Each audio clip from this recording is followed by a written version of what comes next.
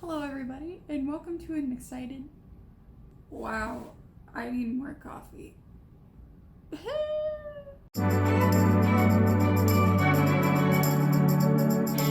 Hello everybody, welcome back to my channel. My name's Erica, and here is another exciting week in reading vlog. Or boring, I don't know. My week's different. So today, you noticed I am starting on a Monday.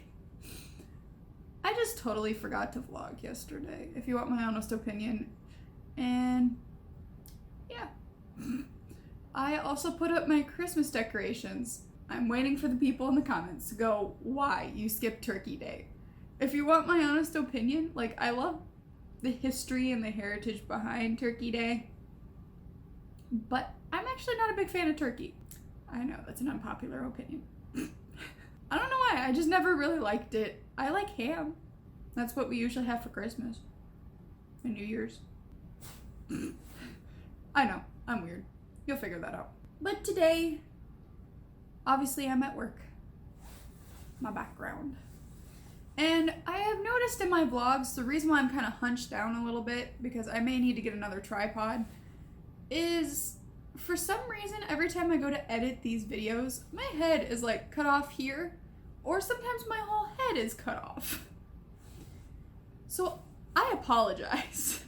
So if it looks like I'm kind of hunched down in my chair, I know this is really bad posture, but this is the only way I can get myself in it. Also, I have found out that if I try to talk softly, you guys can't hear me very well. You'll have to turn up the volume. So I'm working on it. So today, I'm not very awake.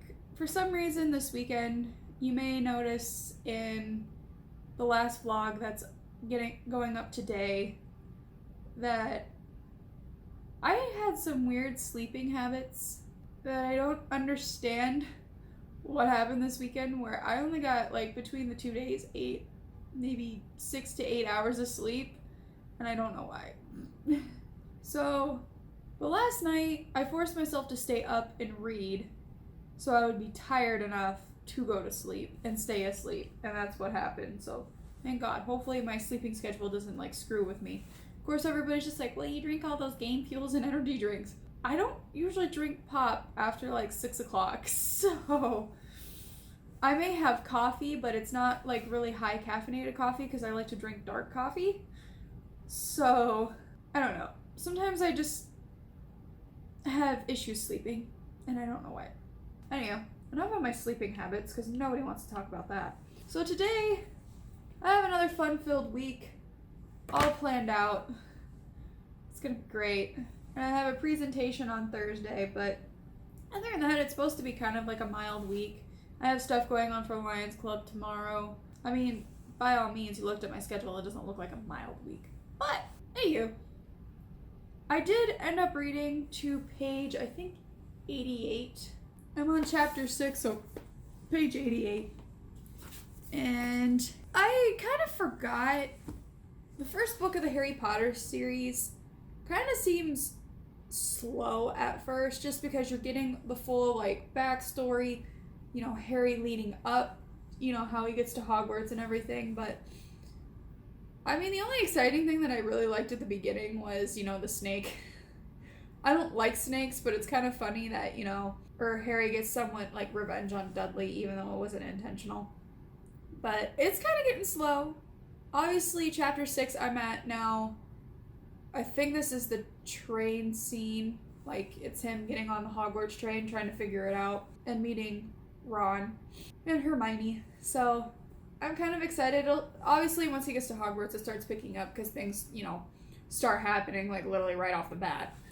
Yeah, that's my only thoughts really on it right now, that it definitely is a little slow. Definitely middle grade vibes. But the one thing that does keep me going, even if it's a little slow, is just the way J.K. Rowling has written this story at the beginning. Almost just, I don't know how to explain it. I don't have words, and maybe it's just too early without coffee. Well, enough coffee. It just captivates you because, you know, the way she tells the story, it's in third person, and it's just like, you know, Harry didn't know that this was gonna happen. Little did he know, all of this stuff. It's captivating. Like, it's enough, even if it's slow, to keep going. I just don't have words, I guess. Maybe I shouldn't have done an update until I was more awake. In the comments down below, what are some words that you feel capture, like, the essence of this book and her writing? Like, let me know.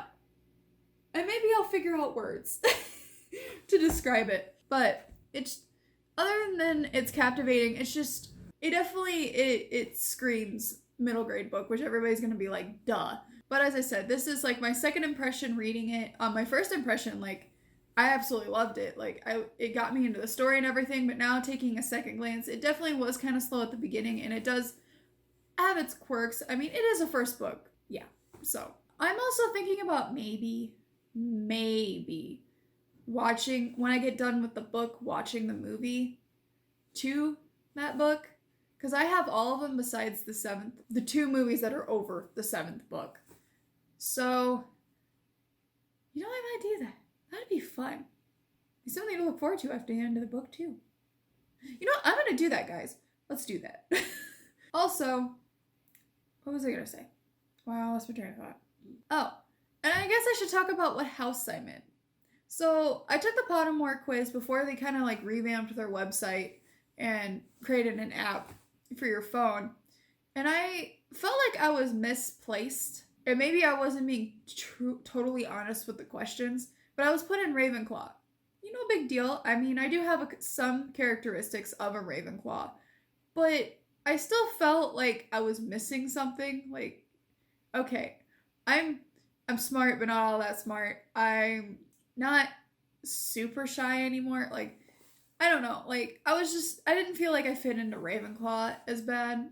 So for this, like, month-long, maybe month and a half, reading that I'm doing of the Harry Potter series, I decided to retake the Pottermore quiz, or I guess it's under a different name now. I'll put the link down below. I retook it and actually found out I got placed in Slytherin, which actually makes a lot more sense to me. I always felt, even watching the movies, I always felt like, Slytherin gets a bad rep, but it really isn't a bad house. I just felt like I resonated more with Slytherin, and obviously I got put in there. My friend's super happy. My best friend who, actually, she just moved this weekend. She's in Slytherin too, and we both kind of have like the same likes and personality traits. So it's like, yeah, I felt like I was misplaced. Even though, like, the compatibility, it's Ravenclaw and Slytherin are both like the compatible houses. I don't really know what that means. Maybe I'll look into it, what it means. And Gryffindor and Hufflepuff are like the compatible houses. And so, but I always do, I'm like, I'm not a Gryffindor. And in one quiz I took, just to double check the Pottermore quiz, which put me in Hufflepuff. I don't understand. I don't have any characteristics of a Hufflepuff. I mean, the only thing I can think of why I was put in that was because I love animals, like, a lot. And I've heard some quizzes, if you choose that you say you love animals and they have a couple of animal questions that if you answer, you automatically get put in Hufflepuff. I'll have to find that quiz again to, like, let you guys know. Well, enough of my, like, non-caffeinated brain rambling.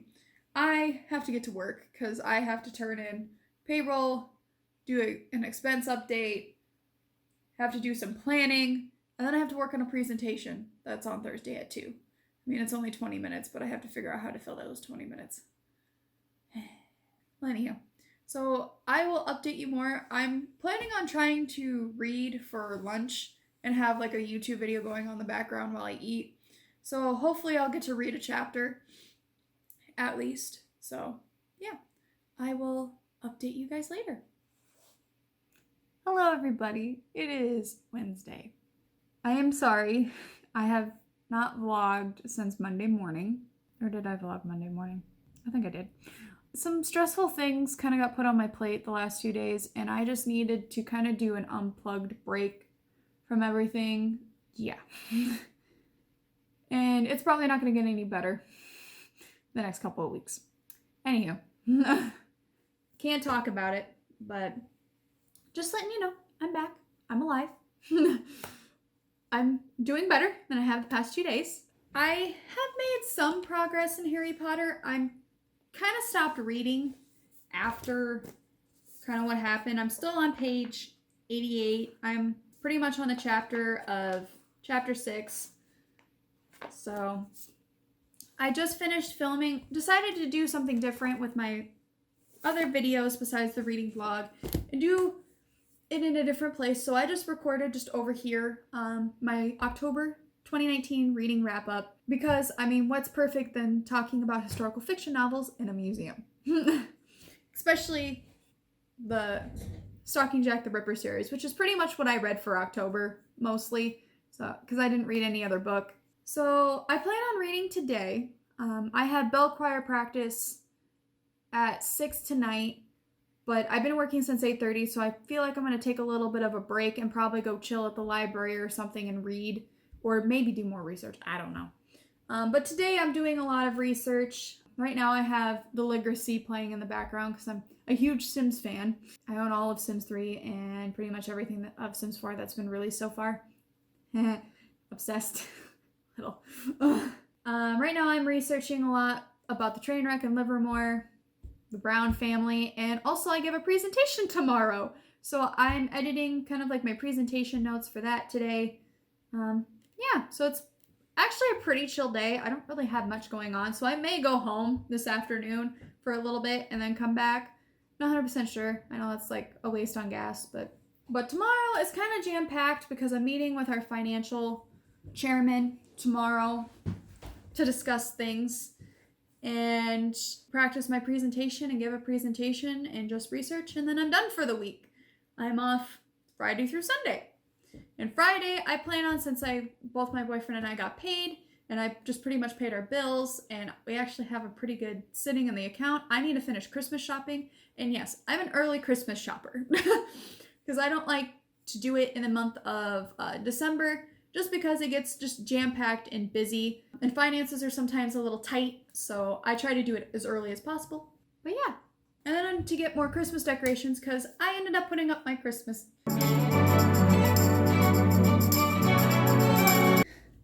Sorry for the brief intermission, but my bladder decided it did not want to hold itself. Yeah, I have to finish up Christmas shopping pretty much. I don't know what else to say. So I'm thinking, since it's technically kind of like my lunch break right now, I mean, I'm just sitting in my office, like literally watching a video. I might read a little bit, maybe do a reading montage. I don't know. I do have stuff to do though. Hi everybody, it is Sunday.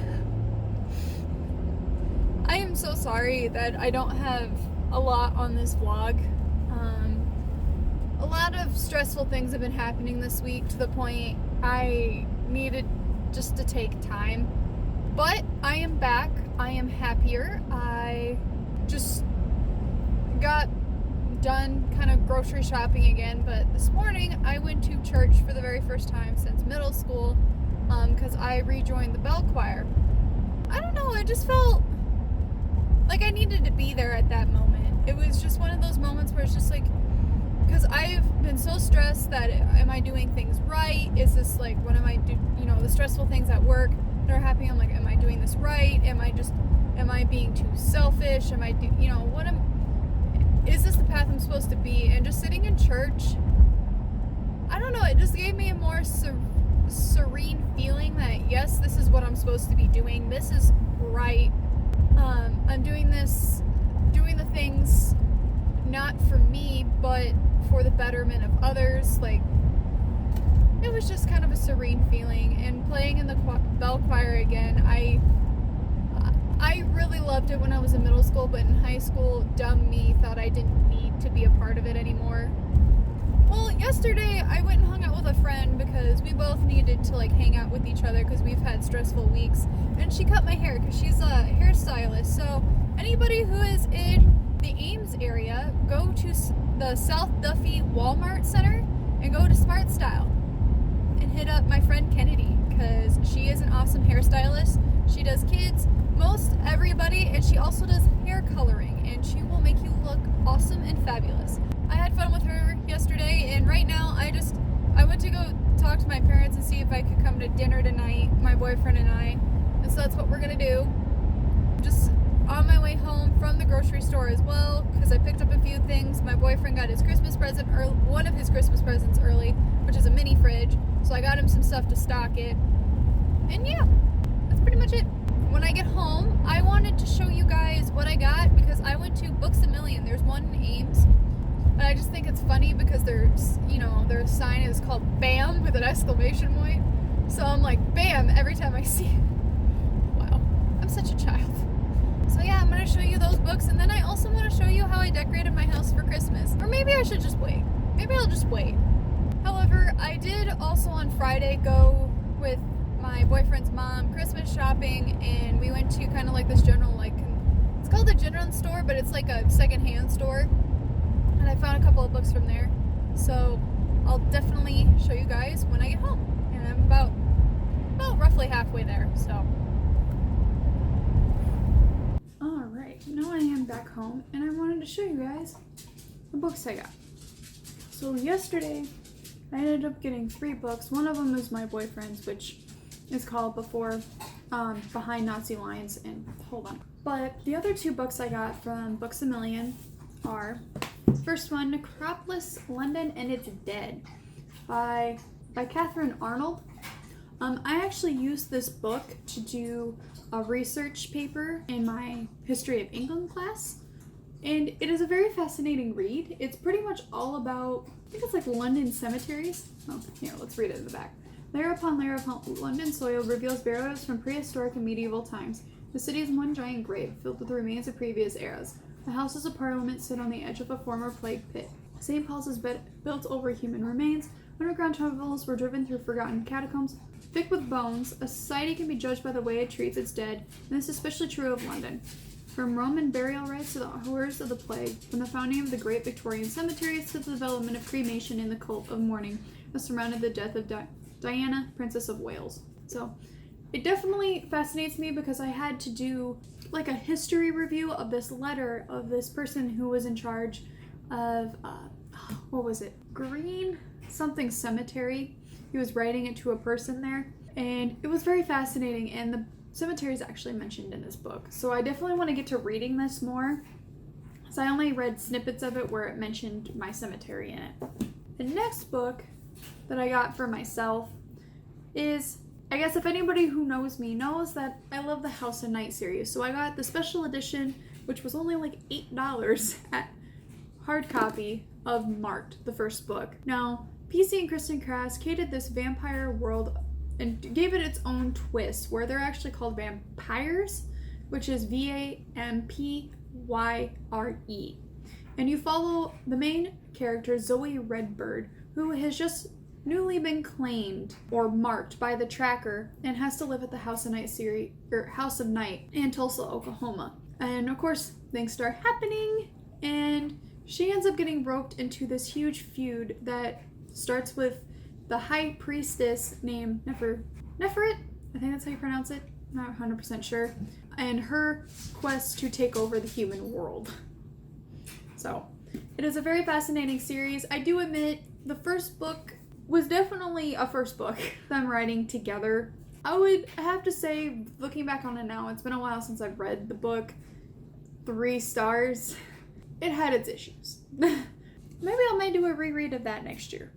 So these next books are one's from Target, or actually 2 of them are from Target, and I got them last week. One of them is called There There by Tommy Orange, and the reason why I picked this up was I saw it on Books and Lava, and what intrigued me is what I read on the back, which was Tommy Orange's wondrous and shattering novel follows 12 characters from Native communities, all traveling to the big Oakland powwow, all connected to one another in ways they may not realize. Among them is Jackie Redfeather, newly sober and trying to make it back to the family she left behind.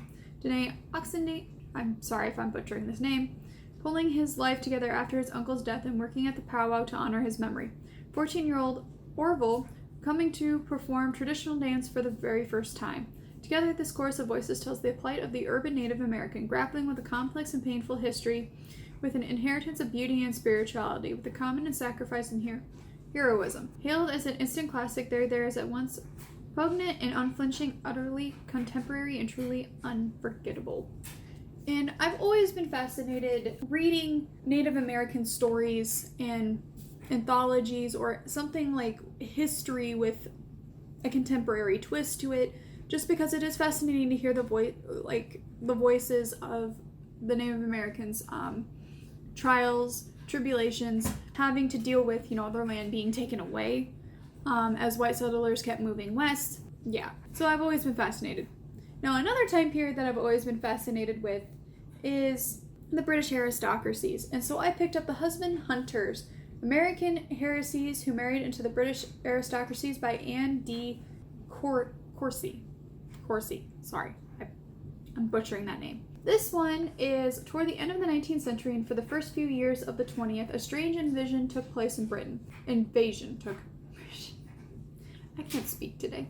The citadel of power, privilege, and breeding in which the titled, land-owning governing class had barricaded itself for so long was breached. The incomers were a group of young women who 50 years earlier would have been looked on as alien denizens of another world, the New World, to be from 1874, in the year that Jenny Jerome, the first known dollar princess, married Randolph Churchill, to 1905, dozens of young and American heiresses married into the British peerage, bringing with them all the fabulous wealth, glamour, and sophistication of the Gilded Age. Andy Corsi sets the stories of these young women and their families in the context of their times, based on extensive first-hand research, drawing on diaries, memoirs, letters, and this richly entertaining group biography reveals what they thought of their new lives in England and what England thought of them. So pretty much it's like each chapter is about each girl who married in their aristocracies, and I thought this was fascinating because I always love learning about the British aristocracies, especially in Victorian age. I also like the Tudor age, so probably the Tudor age, Victorian age, and like recent, so it's fascinating. Now the next books, I got I think all three of them from the same place, which is like this consignment shop down in Fort Dodge. A lot more consignment shops have been popping up lately, and I am very ecstatic about it.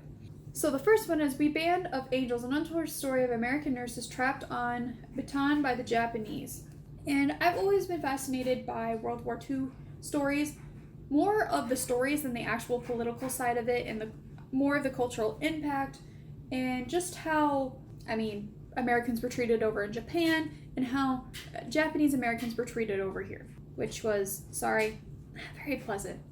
And so this book, reading the back, in the fall of 1941, the Philippines was a grand area scented paradise for the American Army and Navy nurses stationed there. War was a distant rumor, life a routine of easy shifts and evenings of dinner and dancing under the stars. On December 8th, all that changed, as Japanese bombs rained on American bases in Luzon, and the women's paradise became a fiery hell. Caught in the raging battle, and the nurses set up field hospitals in the jungles of Bataan. I could be butchering that name, I'm so sorry. And the tunnels of Corregidor? Again, I'm sorry if I'm butchering these names. Where they saw the most devastating injuries of war and suffering the terrors of shells and shrapnel. But the worst was yet to come. As Bataan and Corregidor fell, a few nurses escaped, but most were herded into internment camps, enduring 3 years of fear and starvation. Once liberated, they returned to America that at first celebrated them, but later refused to honor their leaders with the medals they clearly deserved. Here, in letters, diaries, and first-hand accounts, is the story of what really happened during those dark days, woven together in a compelling saga of women in war. Enough said. I really want to read that book. Now, the next one is Anna Seton's Catherine, and it is a classic love story of the medieval England. And it kind of fascinated me, just because as I said, I love England's history and their aristocracy, which is like, this is a love story in British history. True tale of Catherine Swynford and John of Gaunt, Duke of Lancaster, the ancestors of much of the British royal family. It is set in the vibrant 14th century England of Chaucer, when magnificent pageantry was confronted by the Black Death. When knights went to battle in expensive foreign wars while peasants struggled to survive, and when the magnificent but Plantagenets Edward III, the Black Prince, and Richard II ruled over a court rotten with intrigue In this era of danger and passion, John of Gaunt, the king's son, and the proudest of the Plantagenets, fought for power and fell desperately in love with the already married Catherine. Yep, definitely fascinating. And then my last one, and this is more of really early American history, which is A Land as God Made It, Jamestown and the Birth of America by James Horn. This kind of fascinates me because it's in the celebration of the 400th anniversary of the Jamestown settlement, and I'm going to look at the dawn of American experience. The first permanent English settlement in North America, the Jamestown colony gave rise to a number of firsts in American culture: slavery, representative government, and Anglo-Indian clashes, to name a few. Jamestown became the long process, often continuous and violent, but which different people came together to create the colony that gave rise to America. The reason why I want to read this is because it looks like it tells the nitty-gritty of history with facts, but it also kind of gives it a progressive twist, and I'm always fascinated how people put a progressive twist on American history, and that didn't help the progressive movement later on, but it just fascinated me. And of course, I'm in America. Any type of history I can get my hands on that interests me. So yeah, those are the books I pretty much got. Again, I'm sorry for not uploading a lot. This week was pretty stressful, but you know what? We're gonna get some reading in done so I can at least end this vlog with a reading montage. So let's go.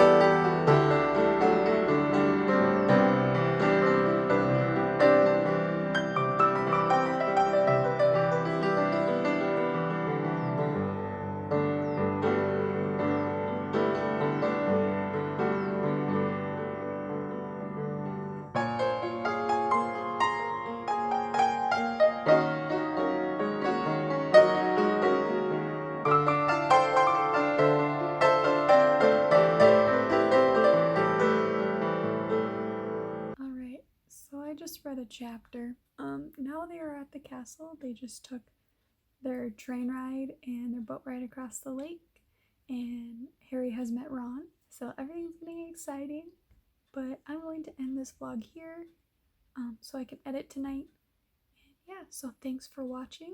Sorry that this vlog wasn't very exciting, and I will see you next time.